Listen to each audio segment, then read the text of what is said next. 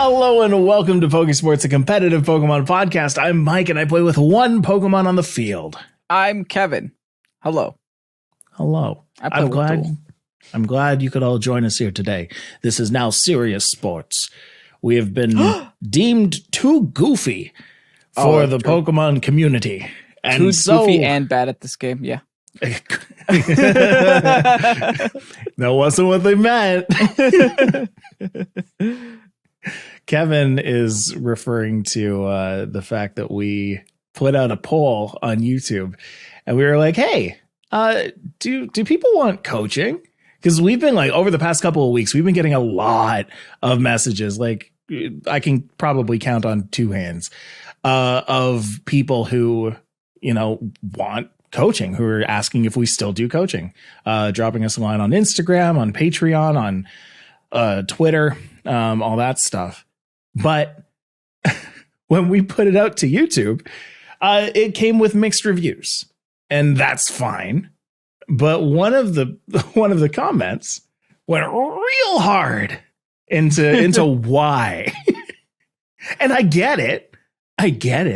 That's cool. But I think Kevin and I we took it very different ways. I don't know, man. Don't judge a person by how well they do with a Medicham and a Hawlucha. That's all I gotta say. That's all I gotta say. We're putting ourselves at a disadvantage right from the get-go. Like every day. Every day.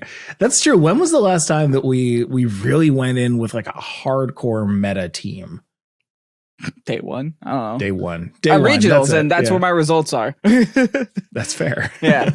Regionals is where I bring my hardcore meta teams. Yeah. And I think we both, this season anyway, have been doing relatively well in regionals. Oh, absolutely. Give me an open team sheet, it's over. Yeah, exactly. Love that thing. Oh, that's a really good thing to teach too, is just how to read open team sheets, things to look out for. Yeah, congratulations. In a metagame where there's 18 different outcomes and 18 different types and you have no idea what's about to happen and you use Hawlucha and Medicham, yeah, probably you're not going to have a great time. Kevin, we're talking about Pokemon today. I was talking about Pokemon. I mean, you're not wrong. We're talking about so many things. This is serious sports, so we need to get to it. Yeah, no, don't be so surprised, please. Let's get into it. Portland regionals happened this past weekend around the exact same time as the Global Championship 3, the Global Challenge 3. I wonder how many people went from Portland back to their hotel and then played the Global Challenge. Hopefully not everybody. Well, because here's the thing, like if you guys ever play 10 rounds of Swiss, it's a funny feeling once you finish a regional, because once you're walking out that door and getting into that Uber and being like, it's time to drink the night away, I'm done with Pokemon forever. The next day, you're on Showdown making another team. This game is a drug, everybody. That is what this game is. Kevin is on one today. Going a little hard there, my friend. Portland, Oregon had 469 players, 469 Masters players. And the first thing I said when I looked at the teams and results, by the way, this was one that Kevin and I did not go to. It's very far from us. First thing I said when I looked at it was, oh my gosh, there's all the Flutter Manes. They're here. Yeah.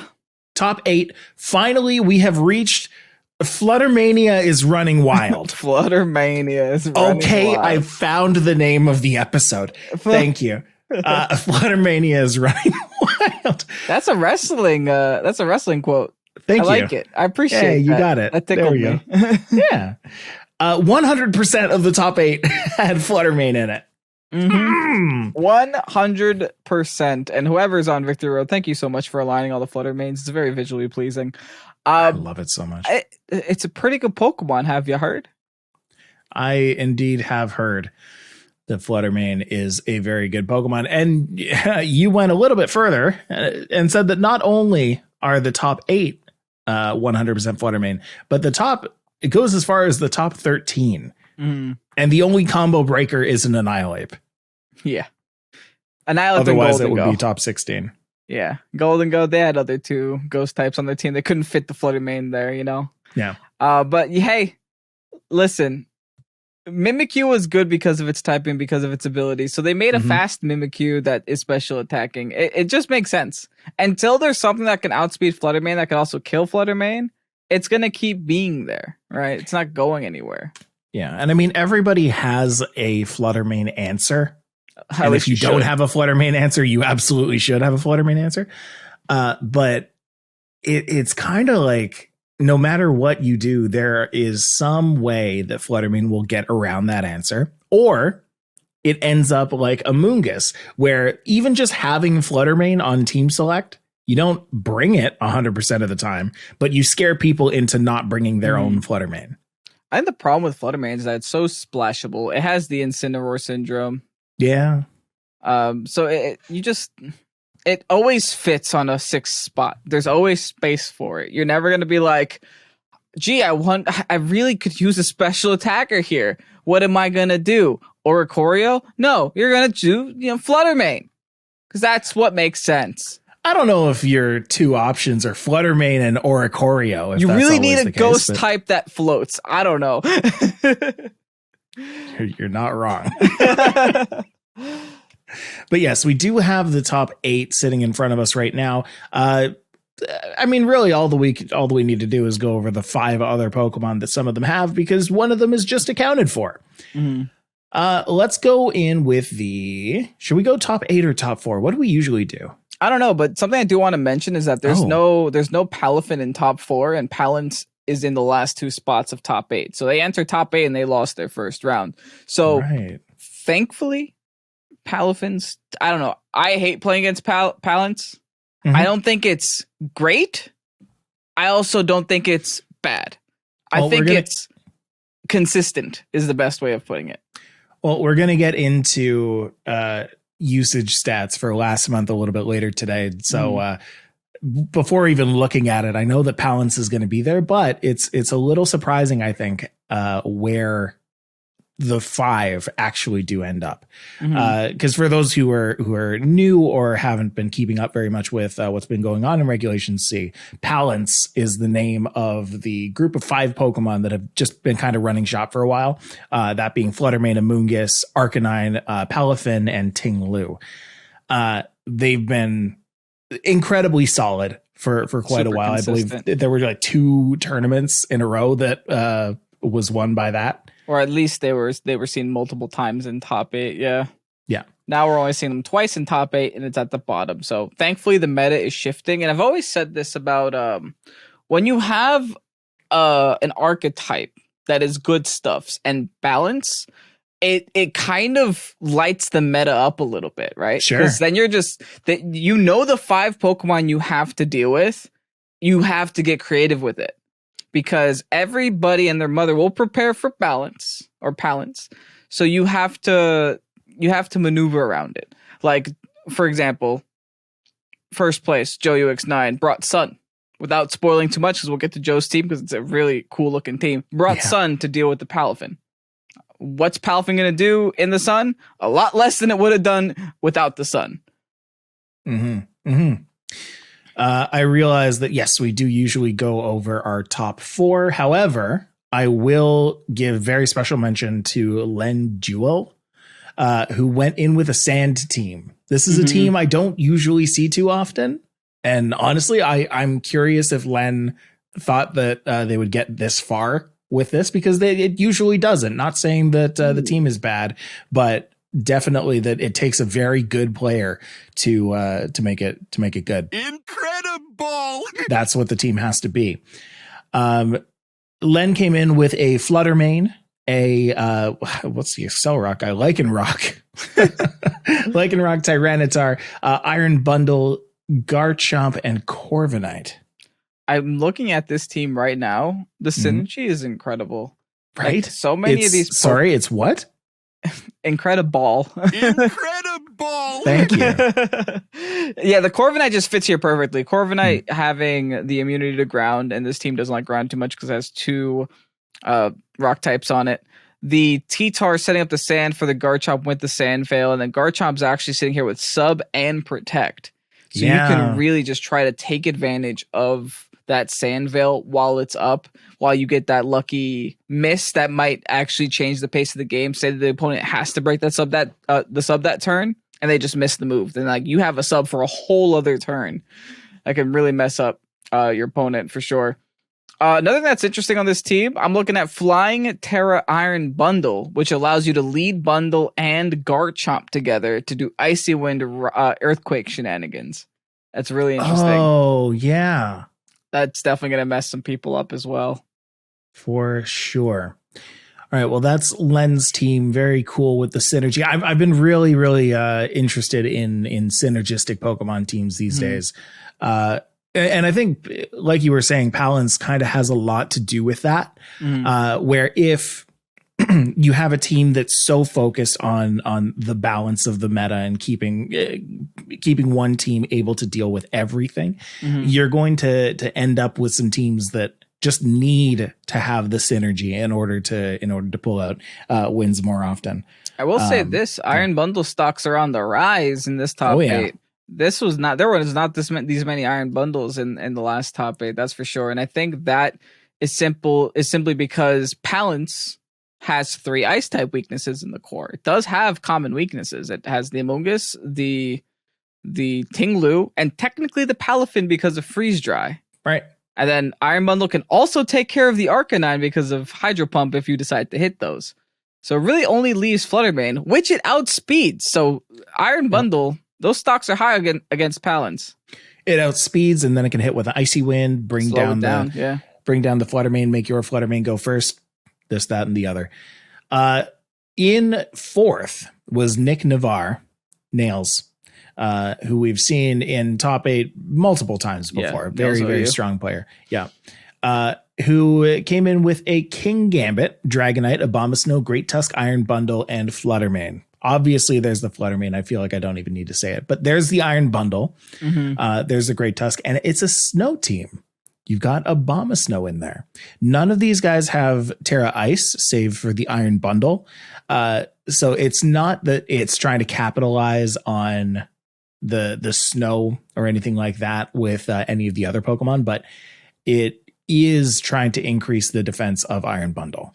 This is Iron Bundle with choice specs as well. Right. This is an Iron Bundle that goes Terra Ice, choice specs next to Abomasnow in the snow, doing as much damage with Blizzard as you can. On top of that, also carries Sleep Talk in case you get spored by Amoonguss. The Abomasnow's carrying Leaf Storm, carrying Aurora Veil, Helping Hand even to boost the bundle even further. That's some big damage, and that's some scary damage. It's a very hyper offensive team. Another thing worth mentioning here is the Dragonite's actually carrying Aqua Jet. I'm trying to find out if there's like a weakness policy. No weakness policy to proc here. It's just carrying Aqua Jet.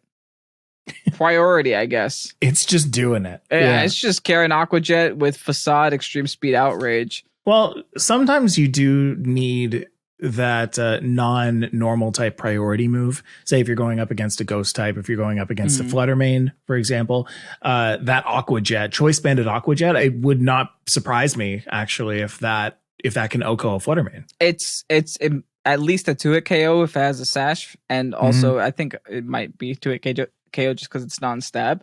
But you have multi-scale, so you can hit it twice. There's not a Flutter Mane in the world that can one-shot through multi-scale, especially if you normal Terra. That's very true. So I am looking. You're going to have to vamp for a bit because I am looking up Dragonite versus Flutter Mane because I am super curious. Pokesports.org/damage calc. Another thing cool about this team is the Choice Scarf Great Tusk is seeing a lot of usage in the current meta. That next to Dragonite's a really decent combination. We have the King Gambit, which I think is one of the best Pokemon of the game, and I'm surprised more tournaments aren't being played with King Gambit winning. Thankfully, it did win this time, I think. Yeah, Joe's a big fan of King Gambit. I think King Gambit's a cracked Pokemon. The amount of things I see in Assault Vested King Gambit live is actually ridiculous. And that with the Fire Terra nowadays, Arcanines beware, man. You have a 75.8 chance to 2-hit KO with an Aqua Jet from Dragonite onto Flutter Mane. With a choice band? With a choice band. It's not enough. It's not enough, but it does a lot of damage. Does more damage than Extreme Speed would. Extreme Speed does all of its immune. Yeah. What were you just talking about? The team. Anyway, cool. Let's go on to the next team. Yes, we've got Ophomezi, Amel, Zoan, who came in with obviously the Flutter Mane, Great Tusk, Golden Go, Murkrow, Gyarados, and Amoonguss. This team is, I feel like I've seen it for a very long time. Murkrow's been coming back recently. Yeah. Murkrow's found its resurgence in the meta. Don't know where it went for Series 2, but it's back here because it's now a Sunny Day setter. Sunny Day, back to sun, right? Back to stopping Palance, back to slowing down Palafin. You set the sun, you boost your Paradox Mons, you boost your Choice Specs Flutter Mane, you boost your Choice Scarf to Great Tusk, and you hurt things. Right. That's it. And also you have the classic Murkrow plus Golden Go combo that we know from Series 1. Gyarados, Tinglu can't touch Gyarados literally at all. Love that Pokemon, honestly. I think Gyarados is in a great spot as well. Running Flying Terra Blast as well. Right. We know how much that's damage. The same kind of thing as the Dragonite. Yeah, Gyarados always wanted a flying type physical move, never got it. Now it has it. And then Amoonguss. We don't go over Amoonguss here. We don't go over Amoonguss here. You go over Amoonguss on your own time. Great Tusk is such a strong Pokemon. I love Great Tusk so much. 3 after this Great weekend. Tusks in top 3. Wow. Yeah. 3. That's crazy. Coming in second, we've got Ding Zishuo, who came in with a Flutter Mane, Tatsugiri, Dondozo, Glimmora, Chi-Yu, and Iron Bundle. So finally, there's our Dondozo of the day. Dondozo hasn't won a tour yet, though. No, it's crazy. It just really hasn't. It always tries. It always gets so close. It won't take it. This team is actually, I know at first glance, this might just seem like meta.jpg team, but it's interesting because it kind of has 2 modes. At least from what I'm seeing. Dondozo has converted from unaware to oblivious. Oh, I didn't even notice that. Yeah. Dondozo has converted from unaware to oblivious. And I think that it hasn't become the most popular Dondozo set, but a lot of high tier competitive players are actually deciding to switch over to oblivious, which makes it so that you're immune to gender-based moves and abilities. Specifically, like taunts, intimidates. No, not taunts. Attracts, captivates, and cute charms. But also intimidate was added. Yeah, it's also taunt. Is it also? Yeah. Oh, then Mr. Pokemon Database. Yeah. You gotta update yourself. As of Gen 6, Oblivious now prevents Pokemon from being afflicted by taunt. Yeah. And then cool. Gen 8 also blocked Intimidate, which is amazing. So the cool thing that you could do here is that you can either run the hyper offensive mode, right? You can run the power core of Flutter Mane, Chi-Yu, Iron Bundle with an added Glimmora, or you can go with the, hey, I'm going to be absolutely annoying and make you hate your life. You go with Glimmora and a friend, probably Glimmora and Bundle. You slow them down, you get the Mortal spin-off, you set them with Toxic. Once they're Toxic, you swap in Dondozo, Tatsugiri, and you wait. It's that easy. Looking at Glimmora, we've also got Earth Power, Energy Ball. Like, Glimmora has a lot more coverage than I think people give it credit for. Glimmora can deal with so many things that other Pokemon just cannot. You don't see like a grass, ground, rock, poison combination on almost anybody these days.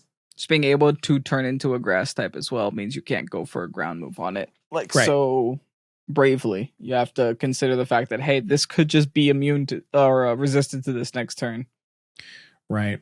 Ding Zishuo went up against Joe UX9, who finally has pulled one out and has won regionals this season. This season. So the story with Joe is Joe has been in the finals including this one, 3 separate times in Scarlet and Violet, has gotten second place twice, and then finally taken this one with a jump pluff. Specifically with a jump pluff. Can we respect that? Much respect. Man, like literally world's most consistent player, man. I don't think there's even an argument you can make about Joe UX9, and if you did, you'd be wrong. Great player, great individual. I can't wait to see him at Worlds. I can't wait to lose to him in the Malamar Cup. It's going to be great. We're up against each other in the playoffs, by the way, round 1. Can't wait for that. Joe came out with 200 CP and $3,000, bringing in a jump pluff, Flutter Mane, Torkoal, King Gambit, Great Tusk, and Chen Pao. This, interestingly, being the only Chen Pao in all of top 8. Yeah, that actually is pretty interesting. The other cool thing about Joe's team too is that Torkoal there has eject pack, flying. That's an eject pack Torkoal. Overheat, helping hand, and fissure. Listen, when it works, baby. The Joe UX9 special. You want to win? You want to stop being second place? You put fissure on your Torkoal. That's amazing.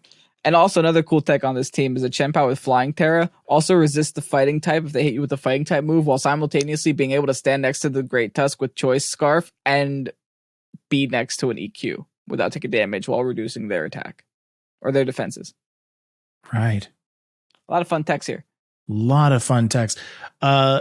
Yeah. Well, congratulations to Joe UX9. Amazing. The fans are going wild for that. And honestly, when it comes to... Okay, stop. The fans when it comes shut up. When it comes to bringing in interesting Pokemon for the finals, I mean, it really just goes to show. Pokemon battles are full of surprises. Anyway, we're moving on. That was Portland. Thank you, Portland, for being great. Let's move on now to Connecticut. Connecticut is the next big regionals that we will be going to, the next North American site on the circuit. And yeah, Kevin and I are both going to be in attendance for that one. Shortly after that is Milwaukee, which again, Kevin and I will be in attendance for. I was checking. I think it's only 1 week in between. That's crazy. There is one empty weekend in between them. Yeah. Wow. Yeah, I'm gonna have to buy that Airbnb, aren't I? We didn't even start. We haven't. Oops. That's okay. I hope. We will sleep in the gutter. I just realized that is the case. Well, we might have to actually hotel it. Yeah, at this point. Yeah. If it's gonna be that late. That's fine.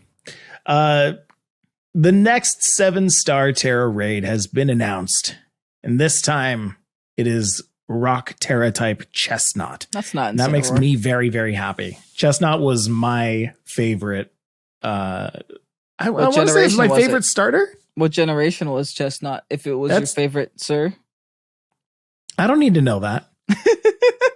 Who's saying that I need to know that? Take a lucky guess. Hey, I don't even need to know. Hold on. No, I know it's Gen 6. I do know it's Gen 6. Even without you holding up your hands, I knew. Yeah, sure. That's because it was X and Y, and that was very good. You guys wanna go down a trip in memory lane? Back when Mike had his own YouTube channel, was still uploading to it. His mascot was Quilladin. Yeah. For some reason. Listen, dude, I thought the Quilladin was adorable. And there have been...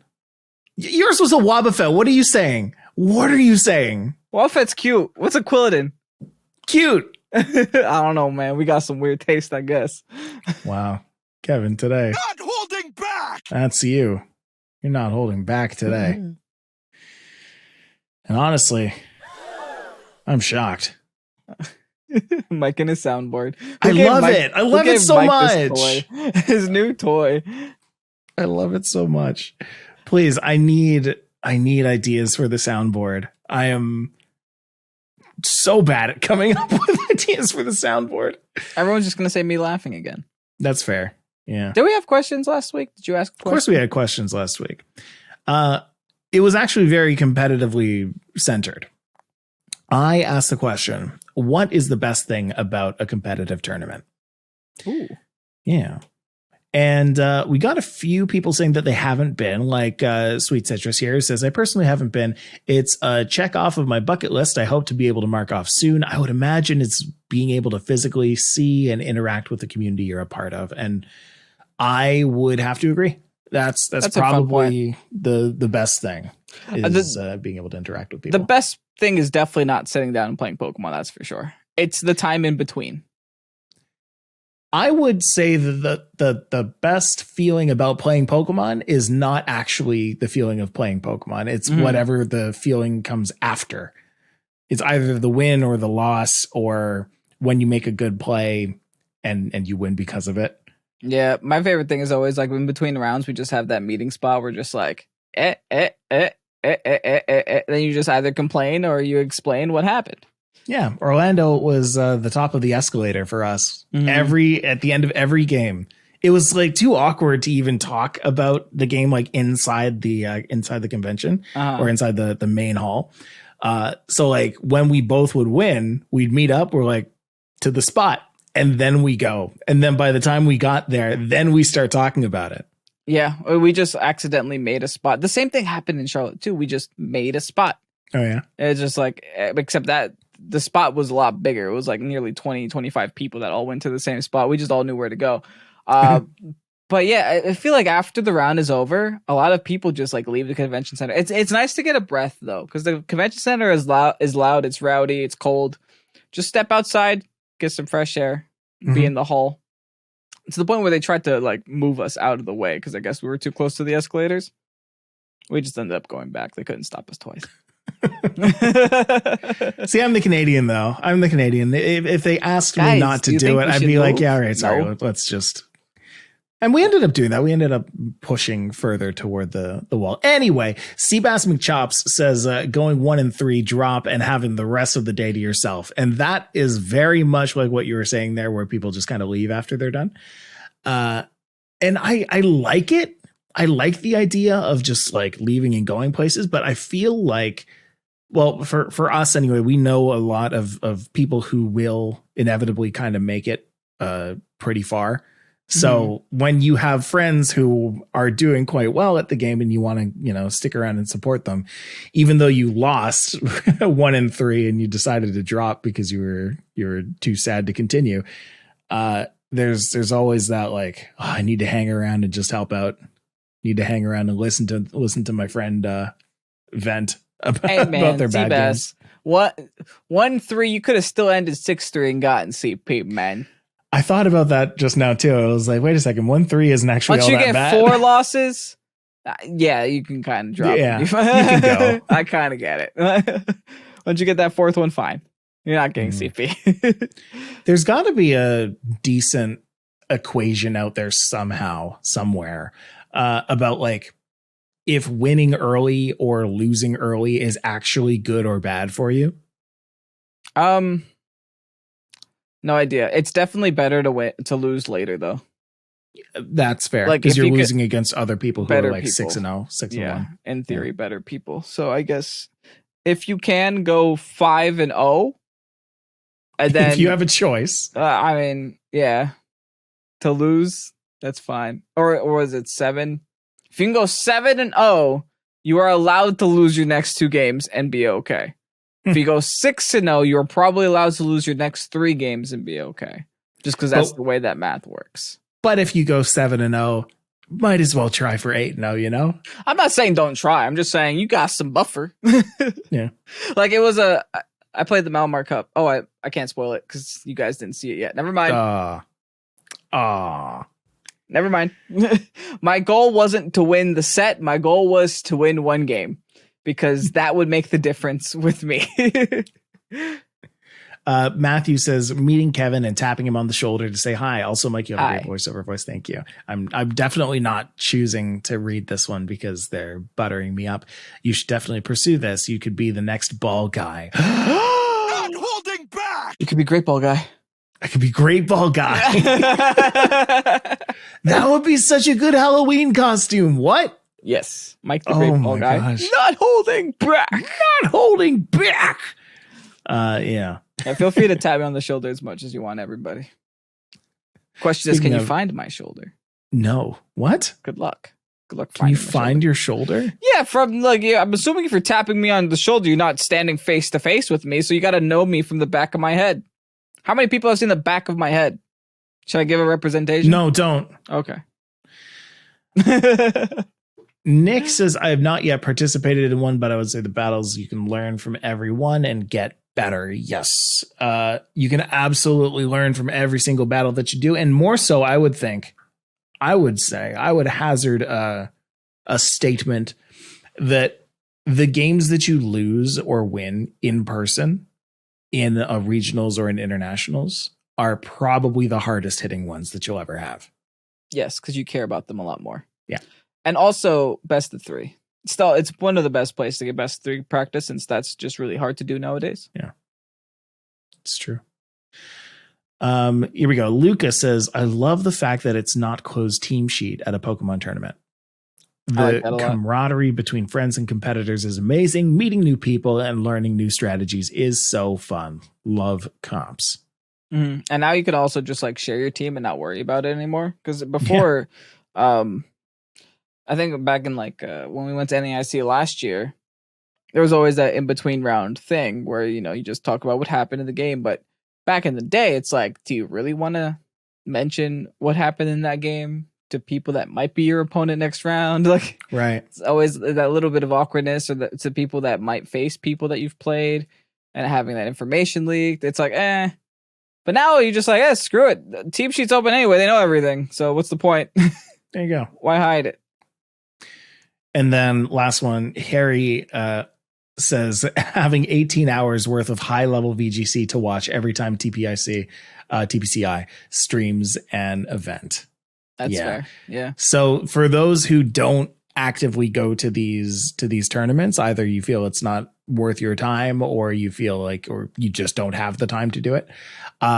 Watching the content that comes out of it, absolutely worth it. Mm-hmm.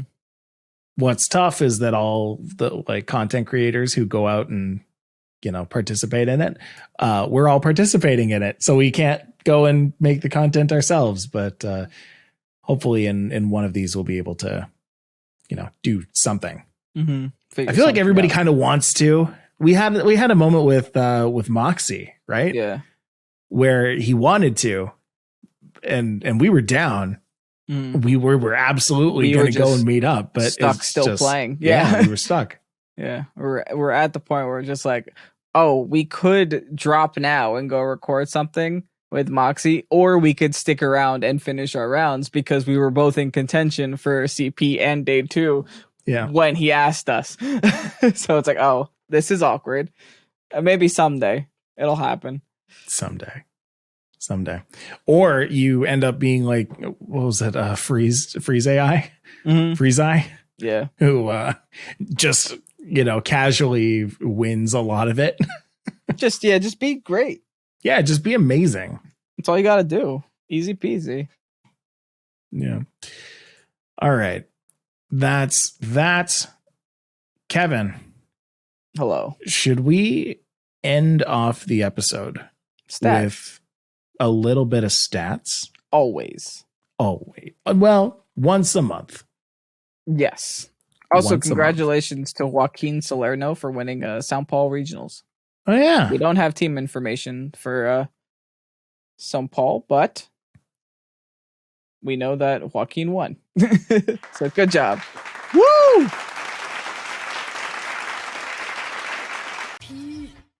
All right. Let's get moving into these analytics. These analytics, of course, are brought to us by Picolytics, your one-stop shop for mom and pop.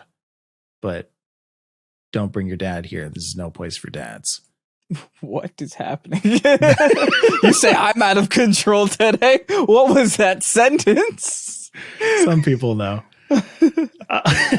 All right. So Picolytics, of course, amalgamates all the data from the previous month we have the previous month of usage stats. We get to see what people were bringing in April. And of course, unsurprisingly, the number one Pokemon that people were bringing, drumroll, please. Oh, I was about to do it like physically, and then I realized I have a soundboard for that. Ooh. It's Flutter Mane. No of course, way! 67.8%. 67.8%. You know what's of crazy? Course. Yes. What? Palance isn't the first 5. So it has changed from last month. I know, right? Yeah. It's different now, but kinda. Fluttermane is sitting at 67%. Amoonguss is sitting at 40.05%. This is the first time in like, I've got to say 3 years where I can't just be like, Amoonguss factor. That's it. No, second month now, baby. This is not Amoonguss factor. This is anymore. like, oh no, did it actually become meta? Are we here now? Oh no.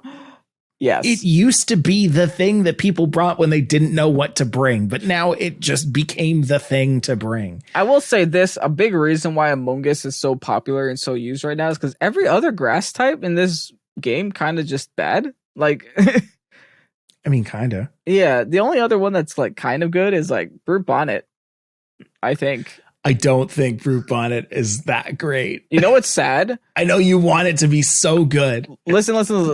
I'm not saying it's great. I'm saying it's good in terms of grass types, because if we scroll down this list currently, we have Amoonguss at 40%. The next one is Wochen at 7%. Mm-hmm. And then the next one after that is Obama Snow. Yeah, that's pretty far. And then we don't see another grass type for Bonnet a long time until Bonnet sitting at 3.57. Yeah, that's very true. Grass types are just not sitting in a very good spot right now. But there are a lot of grass terras. Maybe that's part of the reason. That grass is just such a great defensive typing that, like, why would you have it on your team as a defensive Pokemon when you can just turn into one? Right. So, of course, Amoonguss sitting at number 2 with 40.05. Do your homework. Figure out what Amoonguss does. We've said it multiple times. Ting Lu is sitting at number 3 with 34.78. Most people right now are not bringing Fissure on their Ting Lus anymore. Good. Thank goodness. It's not happening anymore. Kind of a meme. Yeah. Yeah. Heavy Slam is coming in at 79%. Most people are using Heavy Slam, Stomping Tantrum, Rumination, and Earthquake. Well, of course it is. I'm surprised that's more used than like Stomping Tantrum, though. Because I feel like Stomping Tantrum is like should be like a 99% one, you know? Most used, has to be there. Well, I think the main thing is you have a Pokemon that can OHKO a Flutter Mane. And won't die to it. Yeah, that's fair enough. It also nerfs the Flutter Mane's special attack damage. Hey, did you notice that the almost all the Ruinous Legends are in a line except for one? That's very... Oh, no. Coming in at number 4, we have Chi-Yu sitting at 29.82% with Heat Wave, Dark Pulse, Protect, and Overheat being your main sources of attacks on mostly your running Chi-Yu. Choice Scarf. The main thing is, of course, Beads of Ruin, which enhances your Flutter Mane, which you're obviously bringing on your team. But also that you have the Choice Scarf, so that not only do you have the Flutter Mane doing the extra damage, but you also have the ability to go before it. The meaningful thing with that specifically is being able to deal with Dragonite multi-scale. You're able to crack the multi-scale with the Chi-Yu before actually hitting it with a super effective fairy type move. Wait a minute, but what if you have Choice Banded Aqua Jet? Oh. Did we figure it out? It's for Chi-Yu. It's for Chi-Yu. Because Chi-Yu is also paper. Yeah. Wait a second. So if I go here and I type in Aqua Jet, yeah, there it is. An item is Choice Band and it's adamant. 84.6% damage. OHKO? No. Guaranteed to hit. Okay. So Aqua Jet still sucks. Aqua Jet still sucks. Nick, what's going on, man? Let us know. I need to know. Who is this for? It's for Colossal, clearly. Oh, yeah, of course. Why didn't I think of that? Colossal. It was in front of me the whole time. Yeah, I guess you have to bring Dragonite plus another priority mon. And then Chi-Yu goes down. Yeah. Exciting times. Exciting times. Coming in at number 5, that's Chen Pao, sitting at 29.71. That's only a 0.11% difference. You go one or the other. Chen Pao and Chi-Yu. Yeah. Yeah, exactly. Also mainly brought for its Sword of Ruin, decreasing the defense of all the other Pokemon so that you have your other Pokemon out like Dragonite, Dragonite. Okay, wait, Dragonite Aqua Jet plus Sword of Ruin. Yeah, that's a 68.8% chance to Oko, baby. We did it. We found it. We found the Oko. But wait, what if you just go for an extreme speed? Same thing, I think. It's the exact same thing, right? Yeah. It is. I'm gonna ruin it a little bit more. Nick Navarre did not have a Chen Pao on his team. So what is it for? We're back to where we started. What is it for? It's for the Icy Wind plus Aqua Jet combination. What? I don't know. Okay. Most Chen Paos are bringing Ice Spinner, Protect, Sucker Punch, and Sacred Sword with very little variance. Like very, very little Those variance. are the best moves. Yeah. Shocker. Yeah. Like you are not bringing Haze on this Pokemon. There's a 1 in 3 chance that you're bringing Haze on Chen Pao. Dondozo is not as much of a threat as it used to be. Right. Still a threat. Not like incredible though. Coming in at number 6 is the 4th member of the Palance team, being Arcanine. Hello, with Flare Blitz, Will-O-Wisp, Extreme Speed, and Protect. This Pokemon will go away once Incineroar is here. Don't worry. Yeah. Oh yeah. Oh yeah. Oh yeah. This will get replaced real quick. This thing is not sticking around. This thing is here as a placeholder. But it is the best one that we have so far. Arguments can be made for Gyarados. I will say most people are bringing safety goggles. Oh yeah. Gyarados, the Arcanine replacement, isn't really seeing too much play until further down the list. Gyarados is sitting right now at number 11 with Waterfall, Thunderwave, Taunt, and Protect. But I will say Taunt goes hard with Gyarados. Yeah. Do you want to know the other cool thing about Gyarados? Is the Thunderwave plus Waterfall combo. That's a Paraflinch. Yeah, that's a Paraflinch. That's very strong. Really mess people up. Gyarados is tanky. You can definitely build it very tanky. People were in harsh unison that Waterfall is the move that you need to bring on Gyarados. That's 99.261% usage. Great. Listen, nothing has that. We don't have too many good water moves in the game anymore. So having one that is 100% accurate and can also flinch, we go with that one. Right. Sitting under Arcanine, let's go back to that. We're number 7 right now. That's Dragonite. There's your Dragonite. Not far behind with Chen Pao, but still mostly going in with a Flutter Mane as a teammate. Your moves are Extreme Speed, Terra Blast, Protect, and Outrage. However, that 4th move is rather interchangeable with things like Low Kick, Stomping Tantrum, Earthquake, Ice Spinner, Dragon Claw, even Dragon Dance sometimes. Dude, Dragonite gets so many moves. It's crazy how many moves this gets. And for a Gen 1 Pokemon to have base 134 attack is really strong. That thing is almost matching attack with Chen Pao in terms of damage. That paired next to a Choice Band, Lumberry, Assault Vest. There's so many options. It's such versatile Pokemon. You look at Dragonite, you can either go with like Normal Terra, Extreme Speed, Choice Band, just do a bajillion damage, or you can just go Lumberry with Terra Blast and Flying Terra and still do a bajillion damage. I've seen both do very well, and honestly, I can't sit here and tell you which is better. It's literally preference. Right. No matter what, though, you need Extreme Speed on this Pokemon. That move is too good. It's so versatile. How versatile is it? That multi-scale and iron and inner focus are an actual choice. Yeah. Do you want to not get intimidated, or do you want to live a Flutter Mane Moonblast? Yeah. Right. That is, it's a Pokemon. It's absolutely a Pokemon. Moving on to Iron Bundle, sitting at number 8, 25.43%. Freeze Dry, Protect, Hydro Pump, and Icy Wind are the moves that you're almost always using forever.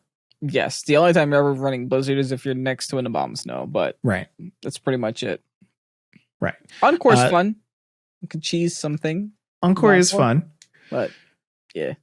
There was a time where people were experimenting with not bringing Hydro Pump and instead bringing Encore or Blizzard or something like that. But it is just not as good as a Hydro Pump is. And then they introduced Chi-Yu and Arcanine into the game.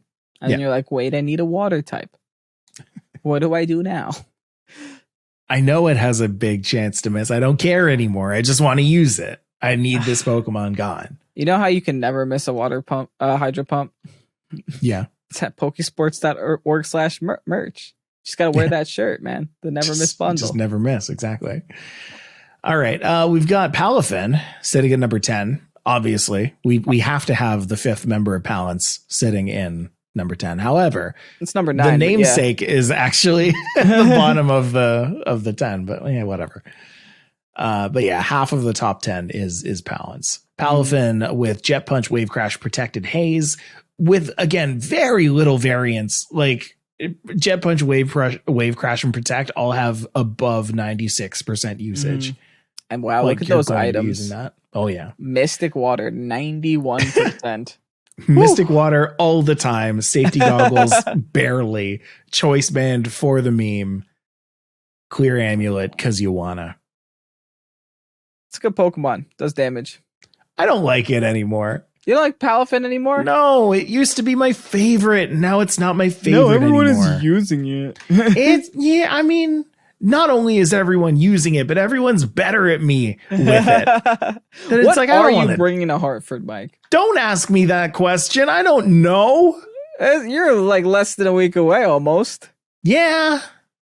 It's fine. I can tell you what I'm bringing. I'm probably bringing Trick Room again. Don't do it, Kevin. I'm doing it. It's too bad. Why would you do that? It's the only thing I'm consistently good with. You had a very bad time with it. I went 63 every single time. Yeah. You went very well. Yeah. I'm one game away, man. You know what it is? Is every time you end up 6-3, I hear about the big losses. And they're like big losses that make you question Trick Room in its entirety. Mm-hmm. I'm not running hard Trick Room. I will say that it is not fully hard Trick Room. It does have a fast mode, without going into too much detail. So that's fine. Yeah. Woo, Kevin. Yeah. Rather than just cut off the applause, I figured I might as well just end it with a P. Perfect. Mm-hmm. We're out of content. Iron Hands is number 10. Yeah, Iron Hands is 11. No, it's not. That's 11. 1, 2, 3, 4, 5, 6, 7, 8, 9. Iron Hands is number 10. I'm gonna ruin Mike's time for a second. If you click the Pokemon and look at the top right, it says monthly rank. Oh, I don't have it open up that far. Oh, there it is. Yeah. Oh, with your double wide monitor, you don't have it open up that far. On it. Okay. Quick sidebar. Having a double wide monitor is almost like the curse of abundance.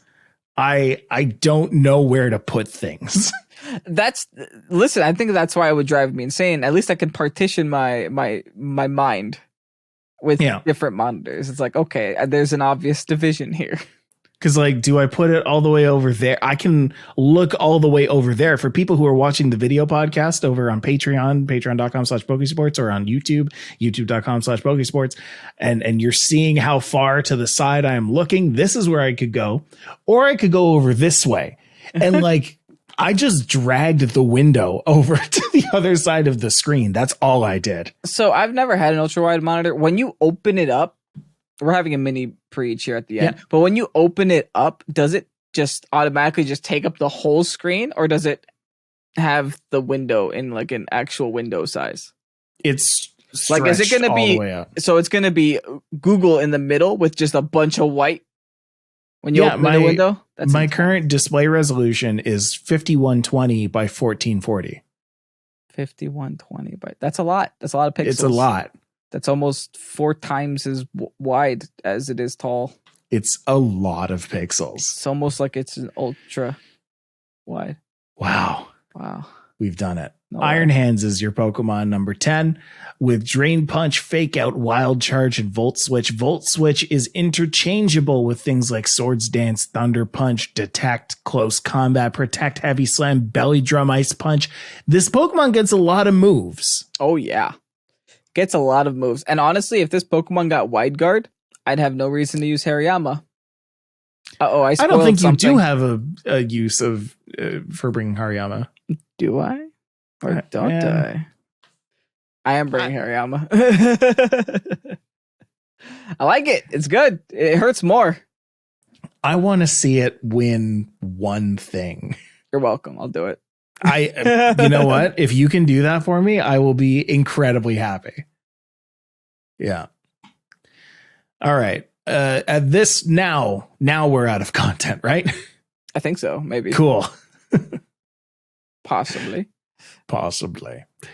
Thank you so much for listening to Pokesports for the week. It's been, as usual, an absolute pleasure to do this podcast for you, the listener, the viewer, the connoisseur of VGC content, the finest of tastes do you have What to is be happening? listening to us and watching us as we speak about Pokemon. The finest of taste do you have is a sentence that came out of Michael's mouth. The finest of tastes do you have? Yes. May the 4th be with you. Yes. Good night, everybody. Good night, everybody. Bye.